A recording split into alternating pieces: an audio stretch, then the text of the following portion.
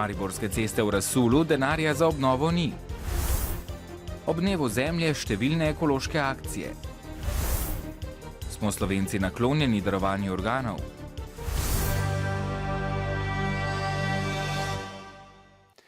Pozdravljeni. Letošnja zima je močno načela Mariborske ceste. Nizke temperature so povzročile nove poškodbe na že tako uničenih cestiščih.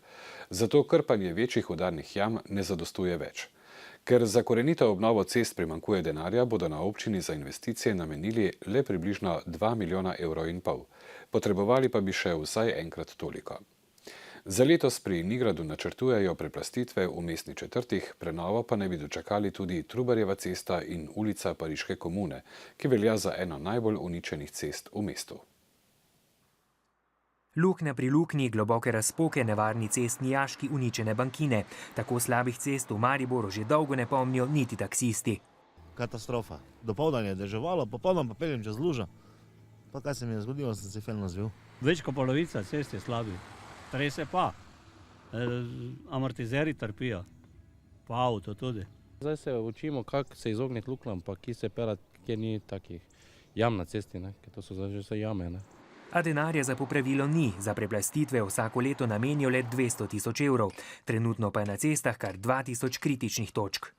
Do tega trenutka smo že na 45 lokacijah začeli z krpanjem teh udarnih jam. Na 3 lokacijah smo že tudi te linijske razpoke popravili.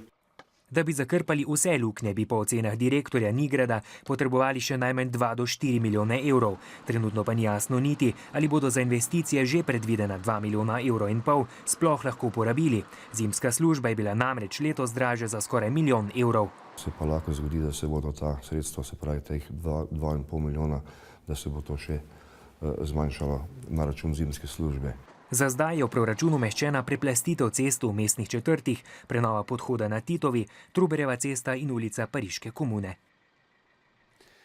Danes je Svetovni dan zemlje. Letos poteka pod geslom Obrazi podnebnih sprememb. Poudarek pa je na nesmotrni rabi vode, ki je za življenje nenadomestljiva.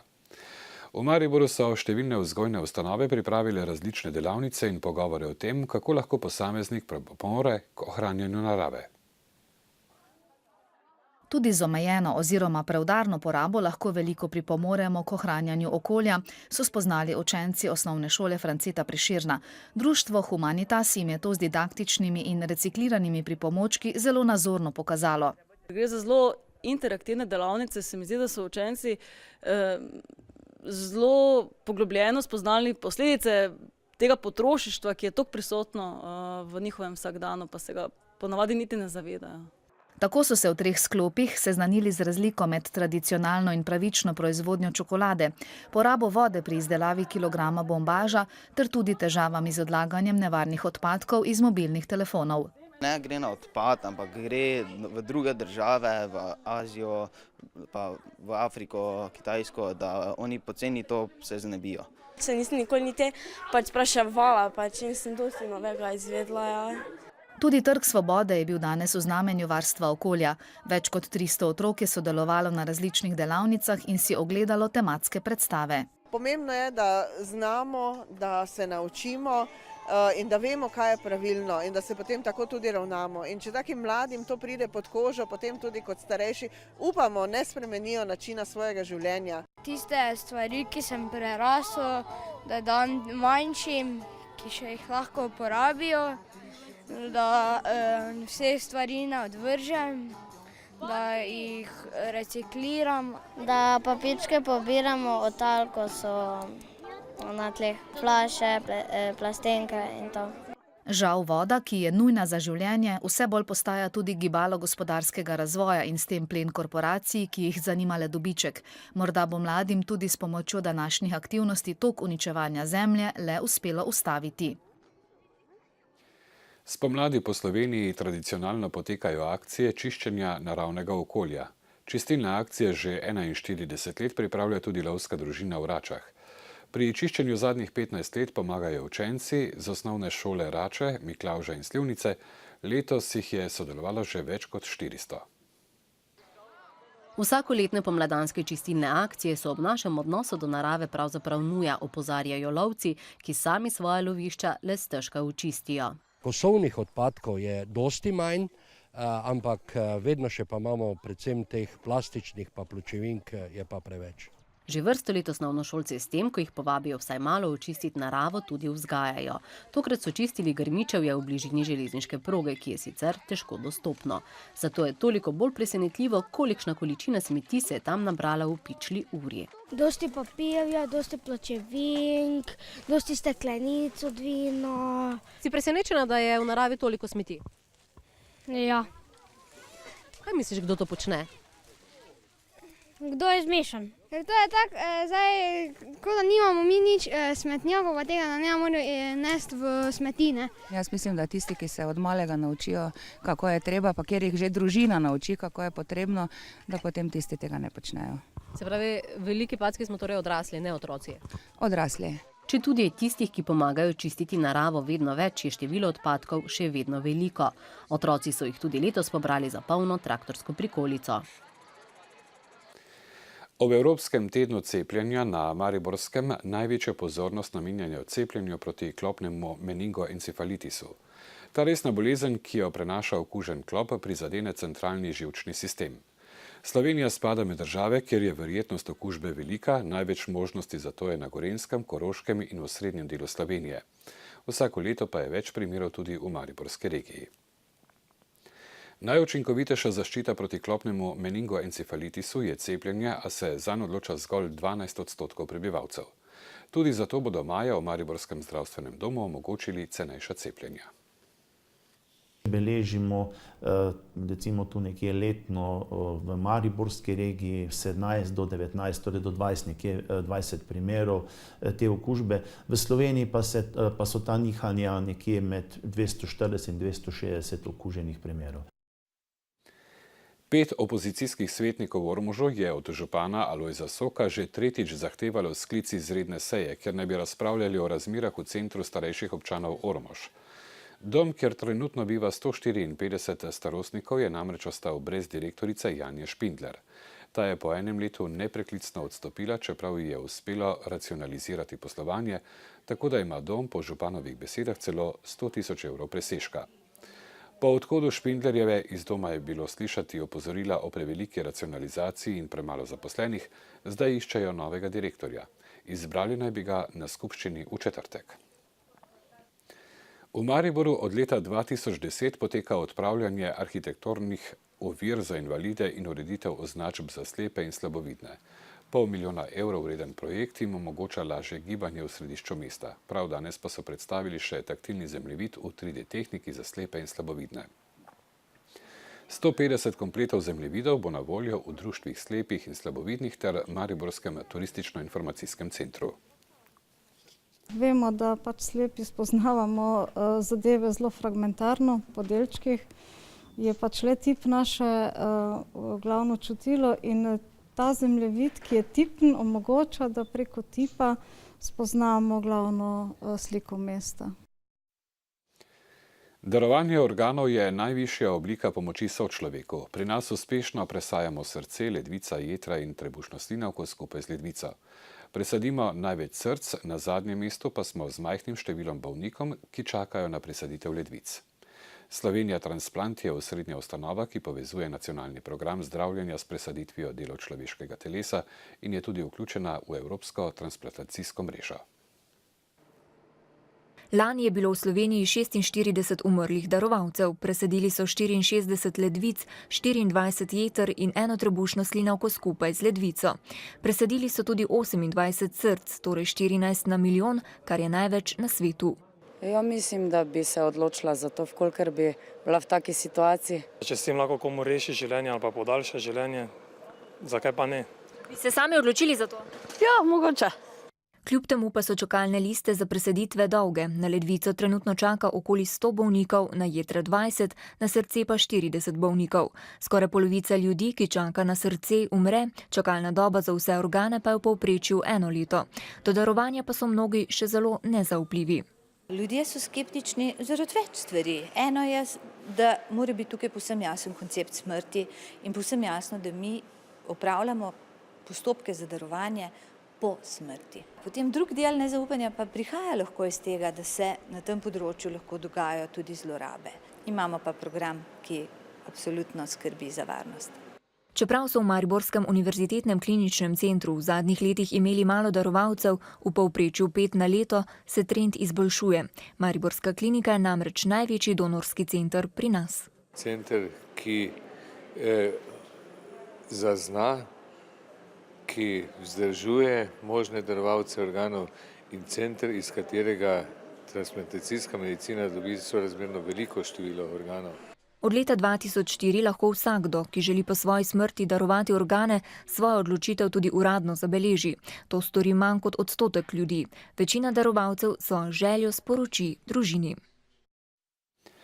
Sindikati javnega sektorja danes v vladni pogajalski ekipi še ne bodo predstavili odgovora na predlog ukrepov za znižanje plačne mase, saj se bodo nekateri sindikati o tem odločali v prihodnjih dneh. Kar je slišati do zdaj, pa za vladno stran ni pretirano spodbudno, je danes dejal vodja koordinacije stavkovnih odborov Janez Posedi.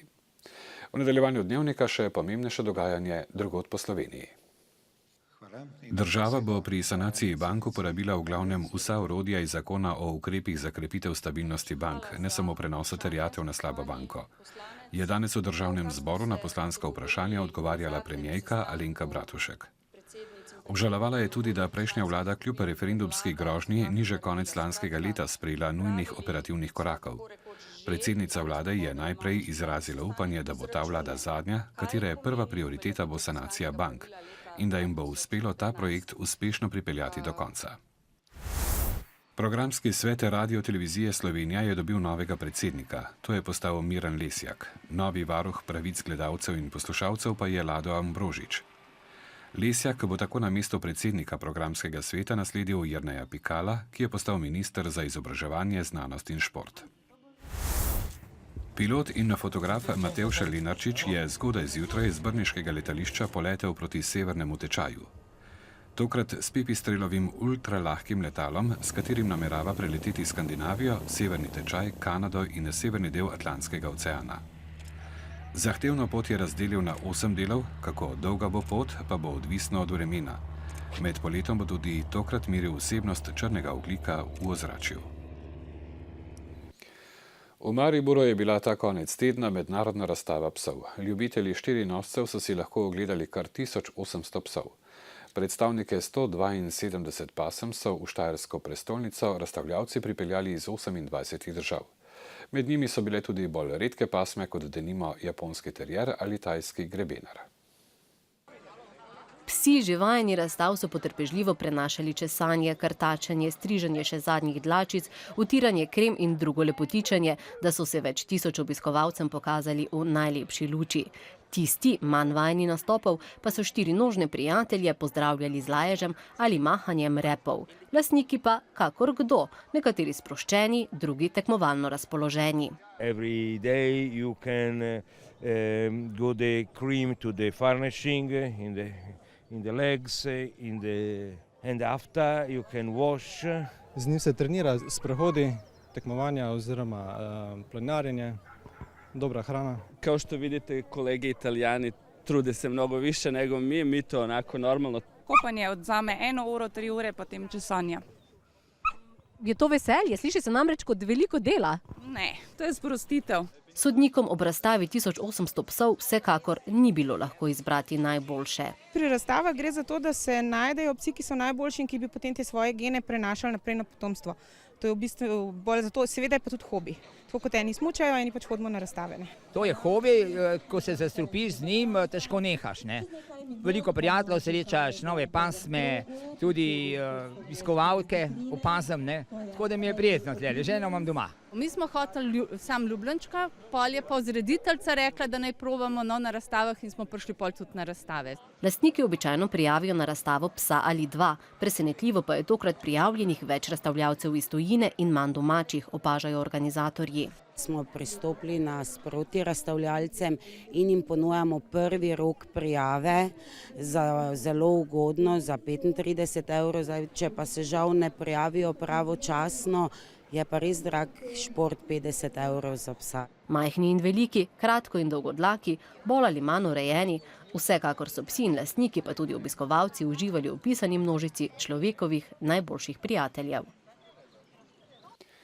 V Mariboru se je v nedeljo končalo 12. mednarodno zborovsko tekmovanje Maribor. V 3 dneh je nastopilo 6 vrhunskih pevskih zborov iz Švedske, Estonije, Poljske, Švice in Slovenije. Mariborsko mednarodno tekmovanje ima poleg slovenske naše pesmi dolgo in bogato tradicijo, zbor, ki prejme nagrado, pa se uvrsti na evropsko tekmovanje.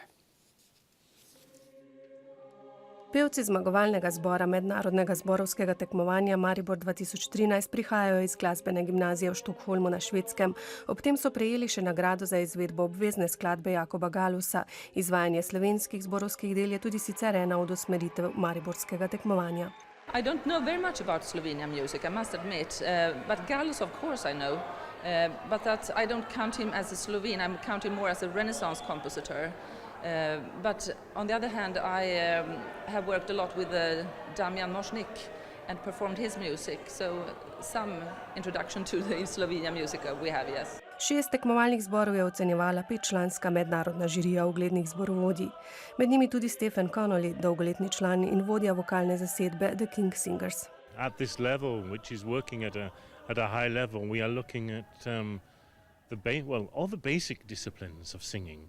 Singing together, starting together, the ensemble, breathing together, being with the conductor, whether the tuning's right. Posebnost tokratnega tekmovanja so bile izredno mlade zborovske zasedbe. Mariborsko mednarodno tekmovanje pa ima poleg slovenske naše pesmi dolgo in bogato tradicijo. Mariborsko tekmovanje si je v zadnjih 15-20 letih, odkar je začelo obstajati, nekako dvigovalo rejting in renome med tekmovanji. Zato so nas tudi leta 2008 sprejeli v Zvezo zborovskih tekmovanj za veliko nagrado Evrope. Zmagovalni zbor je s tem tekmovanjem tudi nominiran za finalni koncert za veliko nagrado Evrope, ki bo prihodnje leto v madžarskem Debrecenu. Lani je bil v Mariboru, izmenično pa je še v bolgarski Varni, francoskem Turu, španski Tolosi in italijanskem Arecu. Šport rokometaši Branika so tudi v 8. mednarodni tekmi te sezone v mariborski dvorani Tabor ostali neporaženi. Čeprav so igralci nemškega Gepingena večji del prve četrtfinalne tekme pokala EHF vodili, so se na koncu Mariborčani skupaj z rekordnim številom gledalcev, bilo jih je 2000, veselili osvojene točke. Če igraš proti slabšemu nasprotniku, zgleda mogoče, da neke stvari boljše napraviš, tukaj pa nasprotnik jasno nekih taktičnih zamisli ne dovoli. Tako da v končni fazi smo našli vendarle neke poti do gola Gepingena, pa tudi v obrambi smo marsikaj dobro rešili. Morda smo bili nekoliko slabši v nekaterih fazah vračanja, pa recimo nismo mogli razviti proti napada dovolj dobro. Hitra igra je bila tista, ki bi morala biti adut mariborskega moštva. Kako sicer dosegati zadetke proti fizično precej močnejši in višji mednarodno močno obarvani ekipi? Žal proti napadu ni bilo, saj so Nemci učinkovito igrali v napadu, tako da Mariborčani sploh niso prišli do priložnosti, da bi zadevali na lažji način. Kljub temu so se v drugem polčasu uspeli dovolj prilagoditi igri nasprotnikov ter na koncu iztržili neodločen izid. Sigurno da smo očekivali da će biti teška utakmica. 3 godine sam bio u Sloveniji, znam šta Maribor može i kako igraju dobro, pogotovo kod kuće. I sigurno smo se spremali za jednu tešku utakmicu, kao što se i vidjelo na koncu 26-26. Imamo aktivan rezultat i sigurno da ćemo sve učiniti da sljedeće subote zmagamo u Nemčiji, da bomo šli naprej. Podobno kot prvi strelec tekme razmišljajo v vijoličastem Taboru. Pravzaprav je bilo iz rezultatskega vidika povsem vseeno, ali bodo prvo tekmo končali z minimalnim porazom ali z minimalno zmago. Važno je bilo le, da jih igralci Gepingena niso nadigrali. Nek grenak priokus seveda ostaja. Mi smo danes želeli presenetiti Gepingen, ampak kljub vsemu moramo vedeti, da so oni vrhunska ekipa. Že njihov proračun pove, za kakšne igralce in za kakšno ekipo gre, tako da kljub vsemu moramo biti zadovoljni, ampak kot pravi športniki pa seveda si želimo zmage tudi v Nemčiji. A še preden bodo odpotovali v mesto blizu Stuttgarta, bodo v sredo odigrali še eno izjemno težko tekmo v državnem prvenstvu. Nasprotniki bodo Celjani, ki morajo za ohranitev konkurenčnosti pri naskoku na prvo mesto zmagati. Na drugi strani bi se Mariborčani z aktivnim rezultatom močno približali končnemu 3. mestu.